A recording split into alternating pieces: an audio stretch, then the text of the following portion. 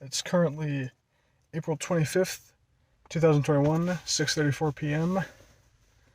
Um, Recently I've been seeing friends of mine at different stores and restaurants I've been going to. First, I went to a Subway about 2 weeks ago, and I swear I saw my friend Eric. I didn't say anything while I was in the restaurant because I wasn't 100% sure. I didn't want to be that, I didn't want to run that 1 in a million chance that it wasn't Eric, but then I saw his shitty little car parked out front, so I went, I should have said something. But then I was at Party City, buying a piece for a Infinity Gauntlet project I was working on, or am working on, and the cashier was my friend Tucker Kelson, so that's pretty cool. When I say Eric, I mean Eric Lundberg. I don't know. You probably don't know either of those people, because the age gap, it is the beginning of the 2020s right now. They might be off in Hollywood or something. But then the weirdest thing, I'm sitting here outside of the Silverdale Target. Well, what's a Target right now, but who knows what it is in your time. I just bought some very expensive, expensive-ish Nerf darts, 30 for $7. And cooler, got a Fallout Pip-Boy bobblehead. The Charisma one. I thought that was kind of, it was kind of funny, because I've been known for being good at talking to people, before this whole quarantine thing. But what's weird is, as I was checking out, I went to one of the actual checkout lanes, because all the self-checkouts were down. It was the weirdest thing, because I was walking there, I walked up, and I swear, I'm like 85-90% sure the cashier was Maggie Zhang. She was in my history class last year. I realized that all these name drops, people you likely haven't met, are kind of pointless, but I don't know, I think I better clap back, be on the other side of, friends encounters with some kid they probably know. They might know, so no. It'd be cool if I got a job at GameStop. There's a GameStop right here. In case you don't know what a GameStop is, they're a company that sells games and DLC cards and a lot of replicas too, like a whole lot of replicas, and merchandise and stuff. They would sell stuff like this hat. I would say I got it there, but no, I got it at the closed down anime store back in the mall, Kids at Mall, back in 2017. Let's see. Yeah, 2017. So I got this hat freshman year of high school, and I think it really shows. I didn't really wash it in all that time, so yeah, it's got that nice crusty buildup right there. That's fun. But the positive is, people associate that with my face. So when I'm wearing a mask, people know who I am. That and the cloud of hair. So yeah, I'm hoping I can get a job at like GameStop or Best Buy. Maybe not Best Buy, but either GameStop, Target, or maybe even Party City, because I know Tucker works there and he's cool. So yeah, I realize how crazy this looks. Like even though there's hands-free wireless devices and such, like that's a thing now, I still feel kind of weird just sitting here, guy in his car, for all intents and purposes, talking to nobody, because I'm holding the phone kind of low to not look super weird, so people don't think I'm trying to get them on camera or whatever. And people probably assume that. Like, it's gotten so bad whenever I pull my phone out in public now, I've gotten so paranoid that someone would accuse me of something, so I always put my hand, closed over the lens, just so people don't assume I'm being a weirdo. Yeah, it's weird. Oh yeah, I was talking to my dad rather, about all this stuff I've realized during quarantine, like all this really weird, like I don't know, all this psychological stuff I've figured out that I've been dealing with or whatnot. Figure I might as well open this bobblehead while I'm sitting here, just while I'm talking. So that's kind of it's an interesting experience, like, because I've had this whole year of barely interacting with anyone to actually, you know, evaluate myself. You know, I was kind of left in the dust by a lot of people I thought were friends. Term we use now is ghosted. I don't know if you still use that in your time, but probably sound pretty old saying that. You know, yeah, I was ghosted by a lot of people I thought were friends. Then I realized I wasn't really their friend. I was kind of just the funny guy who had candy in his backpack sometimes. So I was kind of reduced to my utility to those people. So actually, yeah, geez. The only people I've talked to this entire quarantine or spent any kind of time around has been Dad, Mom, Riley, Lauren Welder, and Ruby. So I guess Ruby only counts as like a hat, or Ruby and Jenna. So that's two. It sounds pretty bad to put my girlfriend last, but I don't know. It's weird. I guess Ruby's only half per. Would a 3-year-old count as like a whole person to talk? Because she says words, but like she doesn't comprehend really. So like what, like a third? I don't know. Well, probably I've talked to like 5. Been in regular contact with 5 people and change. You know, because toddlers are kind of on that weird sliding scale depending on how much they talk.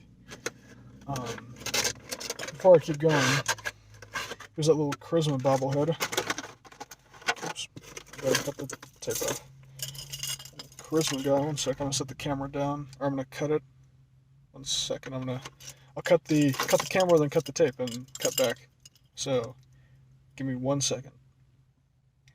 And we're back. I cut the tape off this guy's face, and that's pretty good. Looks exactly like the ones in the game do, so that's fun. I just wish the pose was a little bit funnier, because the box was kind of misleading. I thought it was going to be finger guns, but no, it's just thumbs up. But I guess that's accurate to the game. Looks pretty cool. I think I'm going to have to weather it, though, like a little bit of a wash, because it wouldn't be this clean if it was in the wasteland, you know, so that's fun. Got that little thing.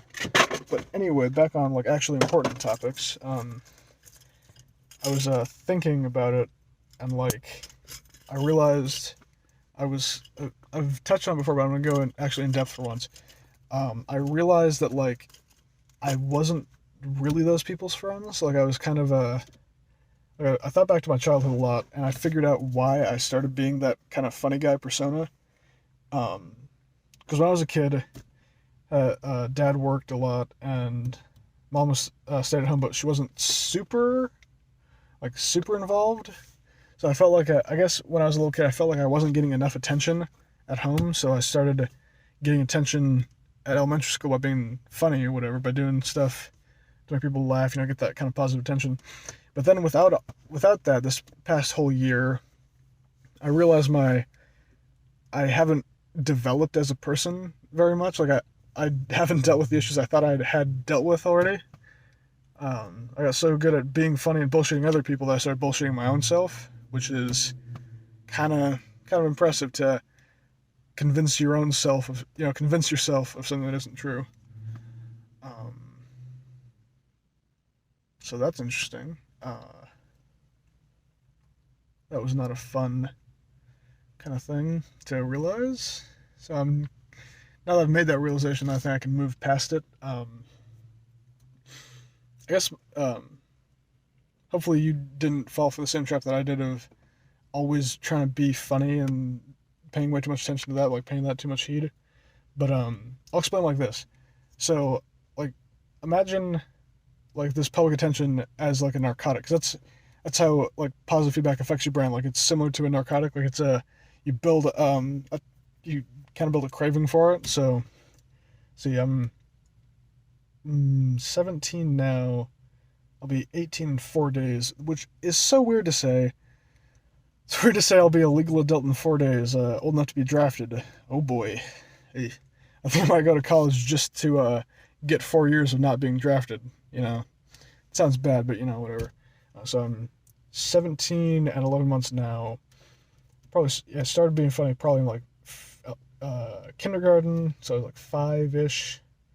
Maybe I was 6.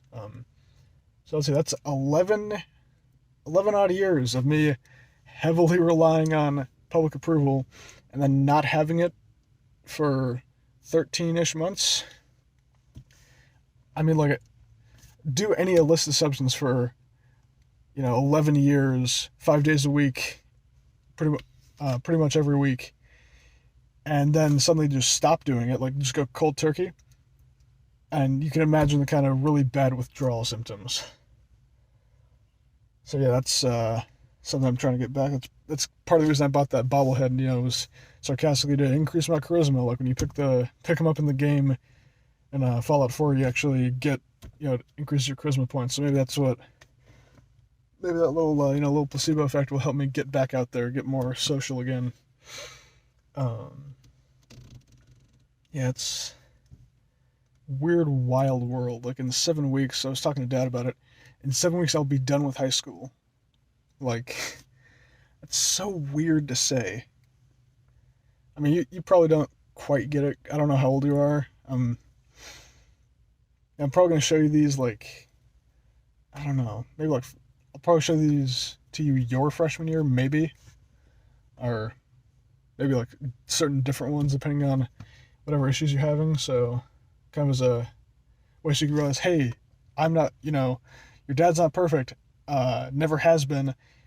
It may seem like, I've figured things out, but that's the big secret. The big secret of being an adult is pretending like you know what you're doing, even when you really have absolutely no clue.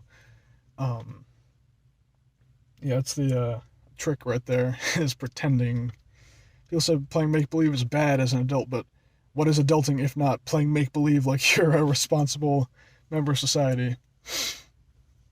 Oh yeah, speaking of college, I've been like flip-flopping back and forth between all these different career paths for the past couple of years. For a while I thought I wanted to join the Army, which is kind of funny given how the Army is not what it used to be, not since like World War II.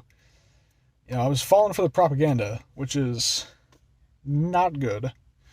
I don't think that I really want to go to college, but at the same time, I also don't want to be drafted to go die in some foreign country for no good reason. So college is a lot better than that. I don't know. I think I might go to college to be a history teacher, like a high school history teacher. That seems like a fun thing to do. Part of my rationale is because I've had some good history teachers. Had Herr Kassler, Chris Kassler. You don't know who that is. Had Mr. Randall too. What was his name? Tim Randall, I think. Both of them were at CK. I say were because I don't know if they're at CK now. Some kids up high school. Herr Kassler's getting kind of old though, so he might not be. He probably won't be at that school in another 17 years. So I don't know. Randall might be. So I just think because Mr. Kassler was such a great history teacher, he kind of solidified the idea in my head that I want to be that. A combination of like Mr. Kassler and Mr. Logan, Stuart Logan, the band teacher at the middle school, CK Middle School. Like Mr. Logan was such a great teacher, and then Mr. Kassler was such a great history teacher that I don't know, if I had to pick like a normal, non-weird Hollywood job, I'd want to be that good, like that one teacher that people like to be in the class of, even if you have 5 bad classes, I want to be the one, I want to be the teacher of the one not bad class, So we'll see how that pans out. I mean, I might as well go to college for that. I might try and take a gap year, like risky as that is with, politics and possible draft. But hey, we are pulling out of the desert finally. Was it Saudi Arabia? No. Maybe it's Afghanistan. Little history lesson there for you.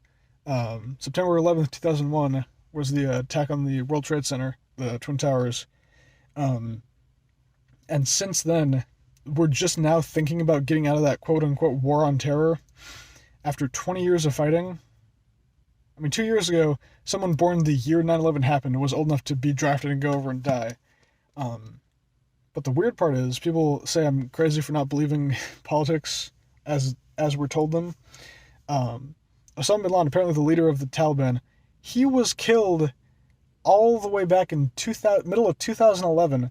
It's 2021 now, and we're just now beginning to think, oh, hey, let's get out of there.